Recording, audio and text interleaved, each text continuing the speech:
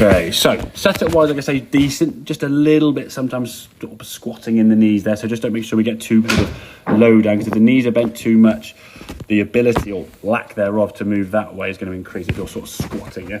It's very hard to move sort of laterally, okay? But generally, takeaway, good. All I'd say is a bit shrugged sometimes there, but generally, talk about that head movement last time, we're staying nice and sort of centered, nice and stable there, and a good backswing, rotating nicely.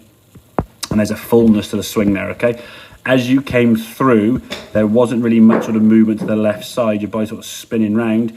And when you finished, the arm stopped here and you're kind of leaning back. Most of your weight now sort of over on that trail foot, yeah? And putting a lot of pressure on your lower back and this foot. You see your sort of foot sort of trying to crease in the ground to try and sort of absorb all that weight. So the feeling for you now is that everything when we come to impact is going to be moving this way. So shoulder, hip, hand and the golf club are going to get to that wall, but the club head's going to be last. So same good backswing. Now we're going to move into that wall. There's your impact. Hands, shoulder, hip, golf ball being struck, yeah? And then when you see the finished position, if I just quickly, you'll miss the sort of stop and go. You get to there. But look at the difference in that follow through in general.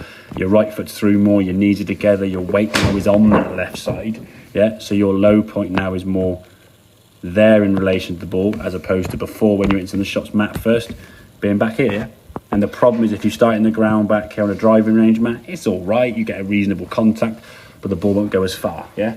Then you're on a golf course, you'll lose loads of yardage, yeah? I mean, you hit the ground even like there at the moment on the golf course. I can't even draw it close enough to you, I mean, you're talking between the club head, if you're striking it kind of here on the ground, yeah?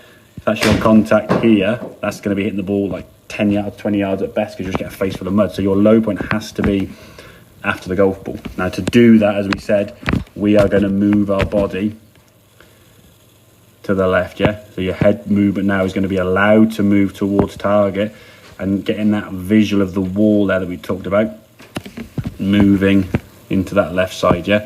So at this position now, you look as though you're on your left side, yeah? Your right leg sort of moving in, the left leg sort of bracing and turning around that left hip. Movement and shift and patterns are going in. So I'd say if you can do that movement, I don't know if you got on the camera the first time, no. Start off in that setup position, yeah, with the club there, no ball needed, okay? Have a slight little shift forward this way and then just swing the club over your shoulder, yeah?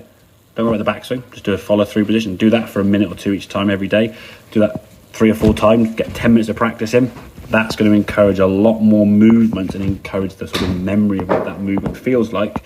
So your muscles kind of keep repeating it over and over and over again, rather than lots of balls on the driving range and then just reacting to a bad shot. Because if you hit the ground behind the ball, you'll make adjustments. Will you make the right adjustment is another question. Okay, mate? Does that make sense though, yeah?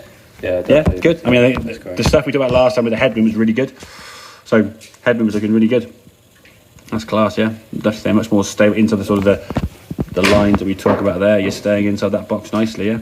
It's now moving a bit more to that left side and through to a fuller finish. I say, in time, the arms don't stop there. They'll just continue on in one go, as you're doing towards the last 2 or 3 shots. So, okay, right. So a few more in without me talking.